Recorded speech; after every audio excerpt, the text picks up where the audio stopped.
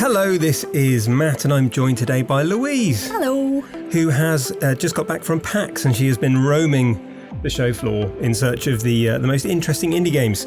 Did you have a good time, Louise? You make me sound like some kind of indie game hunting raptor. I was trying to. Testing the electric fences of indie games to find the weaknesses. What would that even look like? I have no idea, but I had a wonderful time at PAX. It was in Seattle. It was my very first PAX. And the lovely thing about that is, if you've not been before, is it's the entire Washington Convention Center is just full of games, tabletop games, video games.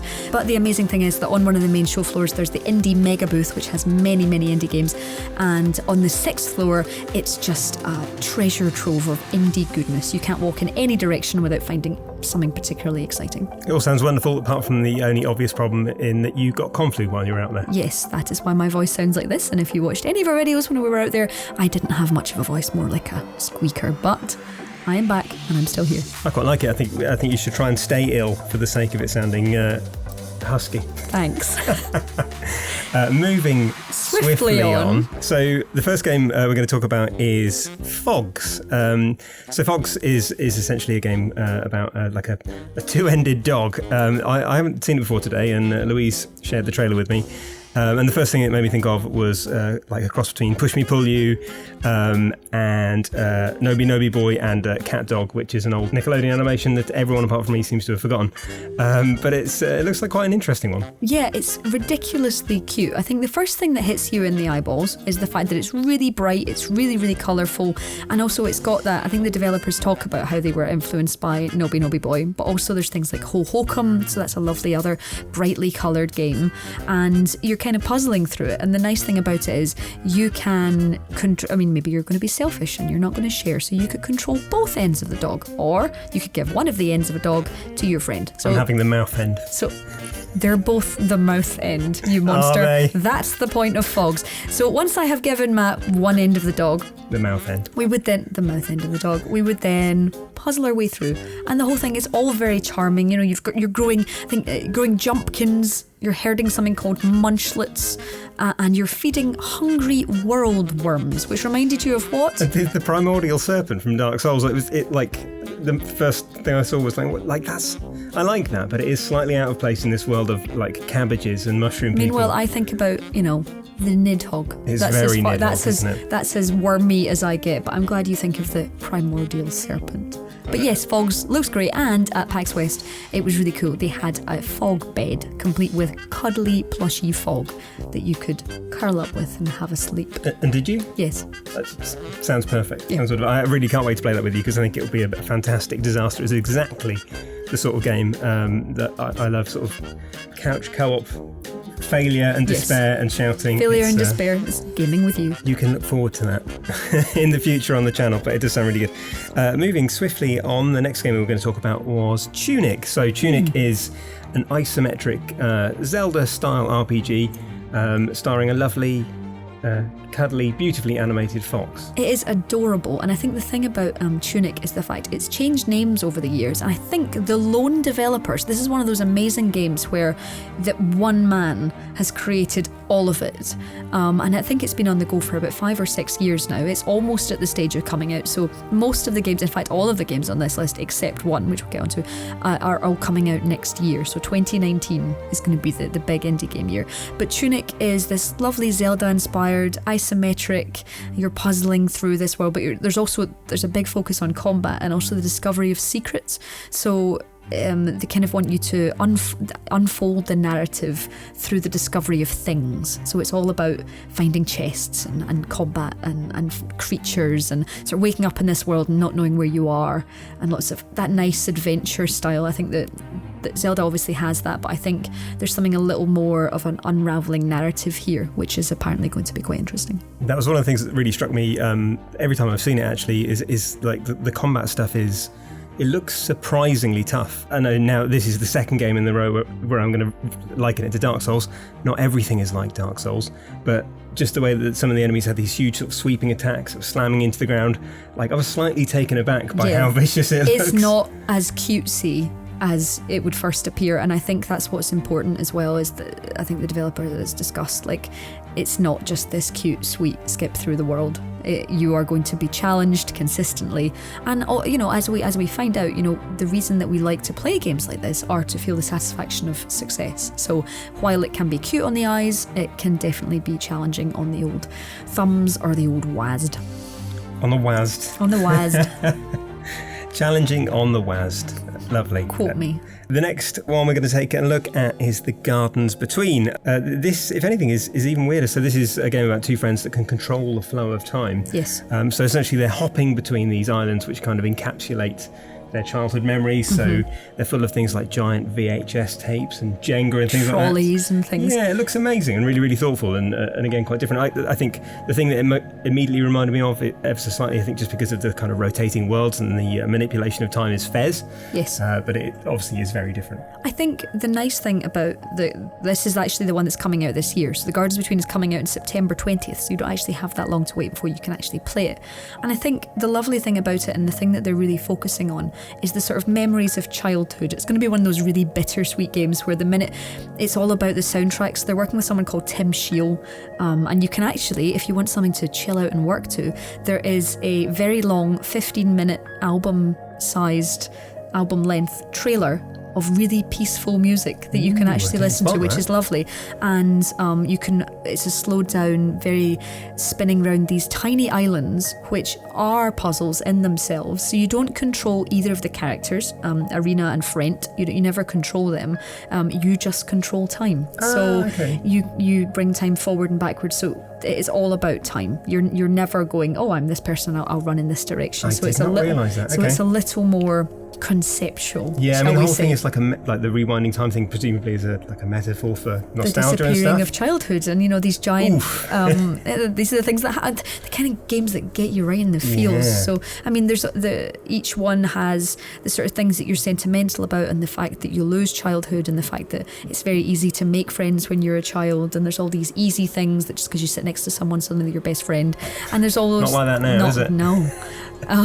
It's quite heartbreaking actually, and I think it will be really interesting when it comes out. But even just to look at it, it's a beautiful game. What would be on your memory island?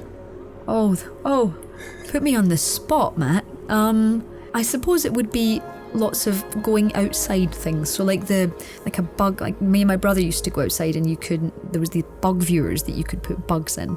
And I used to call them bug torturers. Okay, so yeah. It could be a bug viewer or a bug torturer. I don't want to know what's in yours.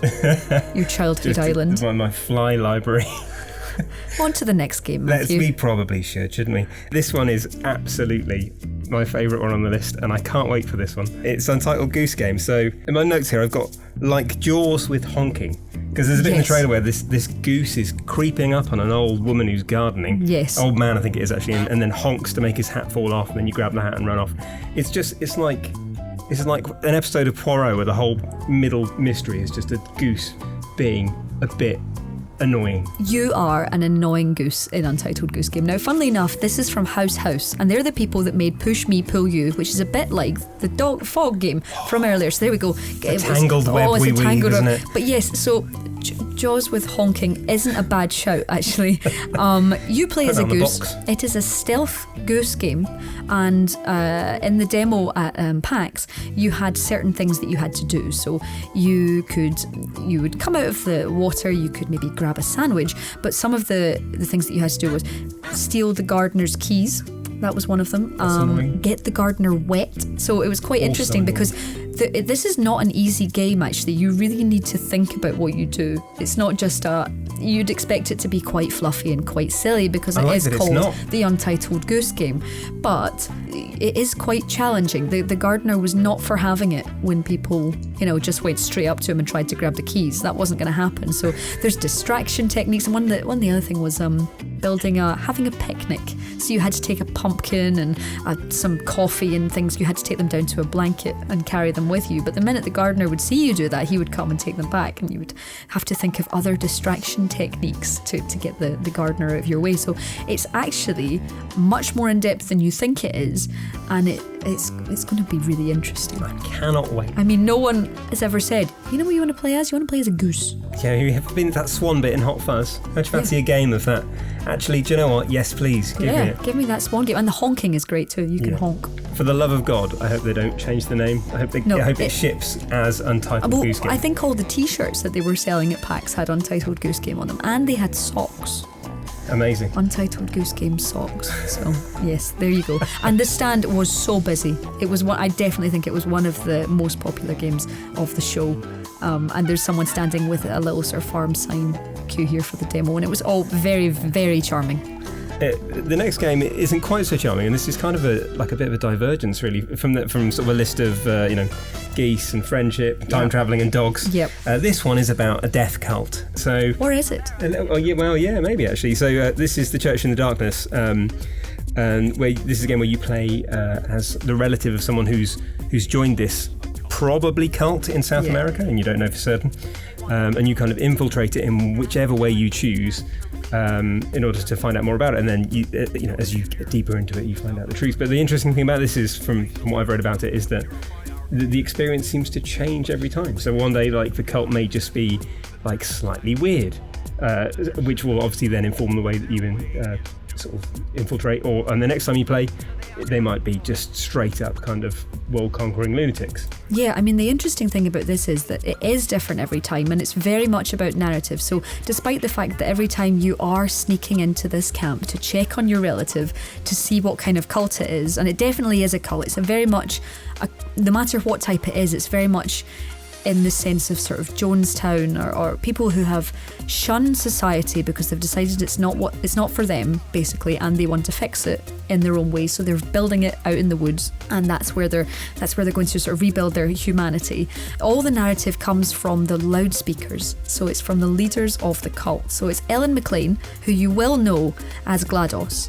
And it's also John Patrick Lowry, who played the sniper in Team Fortress 2. So what a power couple. They have some serious talent here going on narratively, and it is different. So you'll go in, you can sneak around. It's not quite like a traditional stealth game in that if someone sees you, you're out.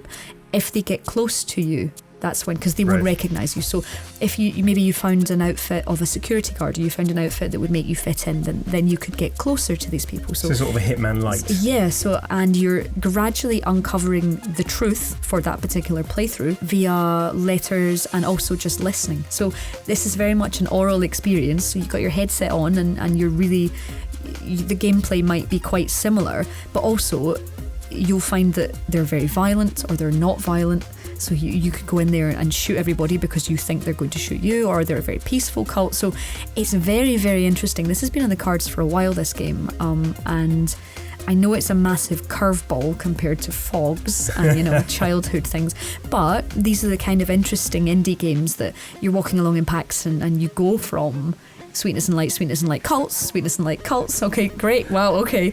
But definitely, this is definitely one to look out for, and it's out next year. Awesome. Thank you. And finally, we come to it at last. Ooblets.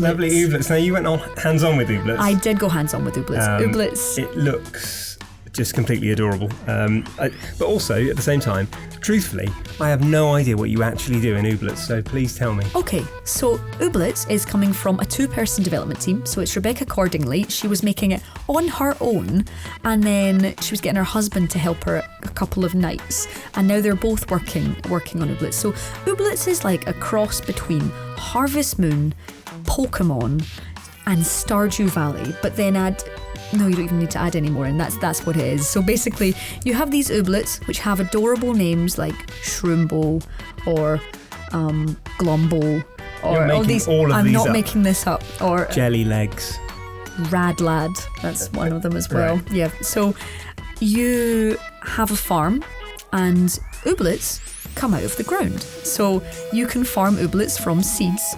So you plant your seeds in a very, very satisfying farming mechanic. I mean, we're talking Stardew Valley levels of satisfying, where you're where you're moving a cursor to till the land, and then going over to the watering can and with the tap and filling your watering can, bring it back and doing all your watering, and then you're planting your seeds, and then you go to sleep in your house, which could be empty to start with, but obviously you can get lots of furniture, just like Stardew Valley, and make it all lovely and charming.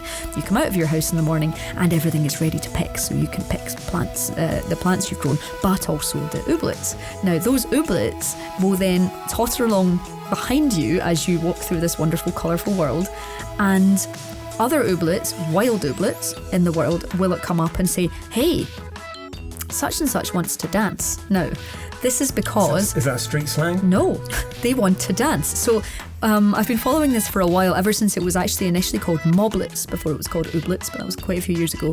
And they had previously a traditional battle mechanic, where, you know, the ooblets would faint, and that would be them. But now there's a dance-off mechanic, which is you use cards for. So you have so many hit points to spend cards on, and more powerful cards will cost more hit points, and those then damage the ego of your dance-off person, so your dance-off ooblet. So you battle ooblets, and you can win things from your battles.